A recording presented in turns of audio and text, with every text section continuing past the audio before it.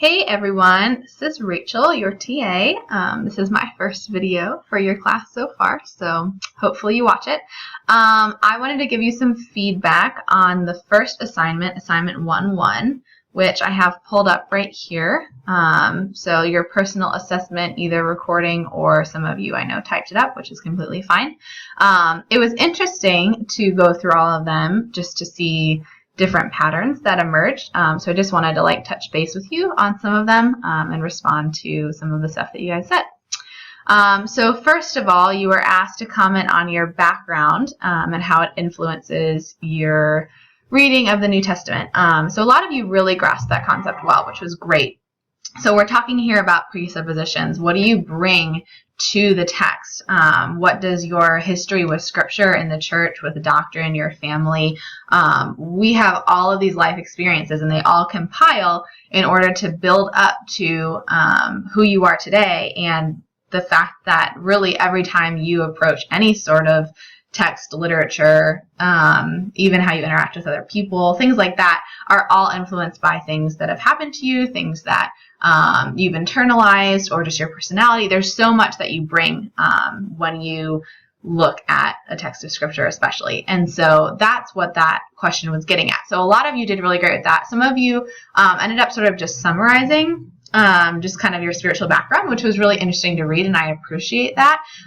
But make sure that you take it one step further and talk about what that means when you read the New Testament. So I'm looking for something a little bit beyond, well, I grew up in the church, therefore I take the New Testament seriously.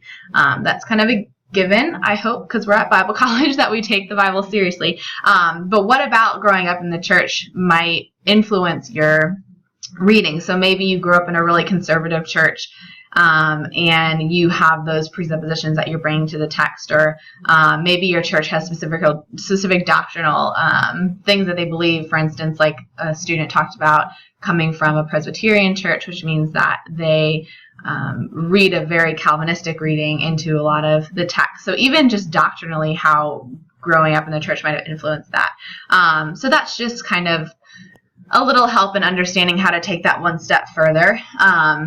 But like I said, a lot of you did really great with that one.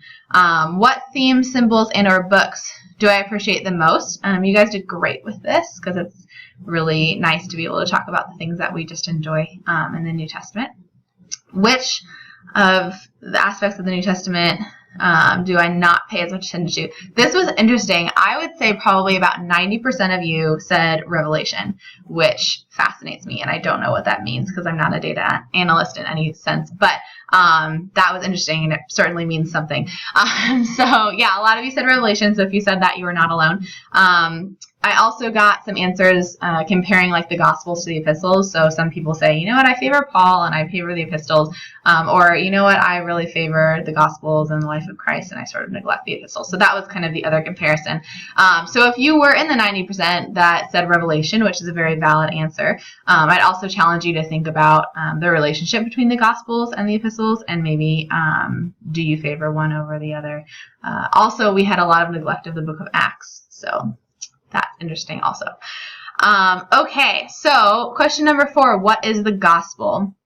So that was a really interesting question. First of all, a lot of you did not answer questions 4 and 5, which means that you're only looking at the syllabus and not watching Christian's videos, which is quite sad because he works very hard on those videos. So definitely watch them all the way through. So for those of you that did answer the last 2 questions, what is the gospel? Really enjoyed reading those responses. A lot of you took the no more than 2 sentences very seriously. So I understand that it's hard to fit all of what you would want to say into 2 sentences. Some of you were like, forget 2 sentences, this is important, which I did not grade off if you did more than 2 sentences. I also didn't grade off if you neglected certain elements in your definition, because this wasn't an accuracy thing. So if you found that I made comments like you should have included this, or think about this next time, or what about such and such, or if I wasn't a believer, would I be able to understand this, things like that. That wasn't me criticizing, that was just me bringing suggestions to your work. So you didn't get any points off for any of that. That's just me commenting. So don't be alarmed or offended. That was just me thinking out loud, interacting with you guys. So Yeah, but interestingly, a lot of people neglected the resurrection in their definition of the gospel, which is very common because I think our church culture definitely emphasizes the crucifixion to the neglect of the resurrection. And so, yeah, I would definitely encourage you guys to think through the importance of the resurrection in relation to the gospel and salvation history. So that was interesting. And then the last one, what is the kingdom? That one was a really hard one, and we had just a lot of different answers come. Like I said, again, if I commented, it doesn't mean that you did it poorly or it was wrong. I was just probably curious about what you said or something like that. But yeah, lots and lots of different answers. We had some people saying there's 2 kingdoms. I think a couple of people said there was 3 different kingdoms. We had the kingdom is heaven. We had the kingdom is God's rule, or all these different things. So like I said, kingdom was a very sort of vague question, and so it was just interesting to read all those different responses.